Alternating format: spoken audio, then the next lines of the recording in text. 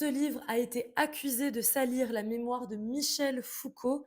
Il s'agit de «À l'ami qui ne m'a pas sauvé la vie» de Hervé Guibert, paru en 1990. Dans toute la première moitié du bouquin, Hervé Guibert raconte l'agonie de Michel Foucault qui est mort du sida, alors qu'à l'époque, il avait dit à très très peu de personnes, dont Hervé Guibert, qu'il était atteint du VIH. Hervé Guibert était très proche de Michel Foucault, c'était un de ses voisins en réalité, alors qu'il était beaucoup plus jeune que Foucault. À sa sortie, le bouquin a été taxé d'indécence, d'immoralité même. La question que tout le monde a posée, c'est mais de quel droit Hervé raconte-t-il la maladie et la mort de Michel Foucault, mais aussi sa sexualité en réalité? Hervé Guibert répond à ces accusations en 1990 lorsque le livre paraît sur le plateau d'Apostrophe. Il dit qu'en fait, derrière ces questions de moralité, il y a beaucoup d'enjeux de pudibonderie et d'hypocrisie. Et que certes, Foucault était attaché à sa vie privée, mais qu'il était hyper libre, qu'il était hyper audacieux, qu'il n'était en aucun cas une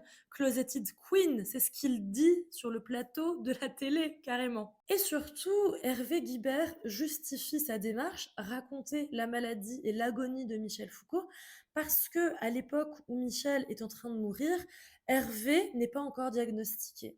Mais Hervé est en errance médicale, il souffre d'un mal que aucun médecin ne parvient à définir et en fait, il apprend un peu de temps après que lui aussi est séropositif. Et donc, dans la première partie de ce livre, il raconte la mort de Foucault parce que c'est ce qu'il doit affronter.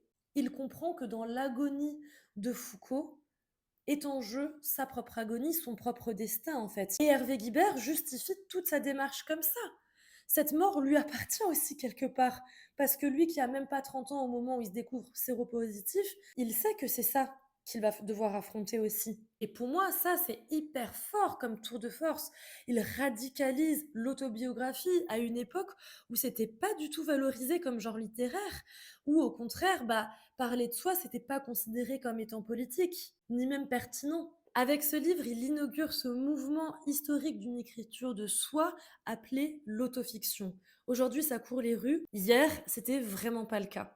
Et d'ailleurs, on retrouve pas que le personnage de Foucault, mais aussi le personnage d'Isabelle Adjani et de Sophie Calle, parce qu'à l'époque, dans les années 80-90, où il écrit ce bouquin, eh ben, Hervé Guibert commence en tant que jeune écrivain et que journaliste au Monde, et il connaît, il côtoie un peu toute cette élite, tout ce gratin parisien d'artistes qui est foudroyé par l'épidémie du VIH, quoi. C'est hyper intéressant et je ne peux que vous recommander la lecture de ce livre.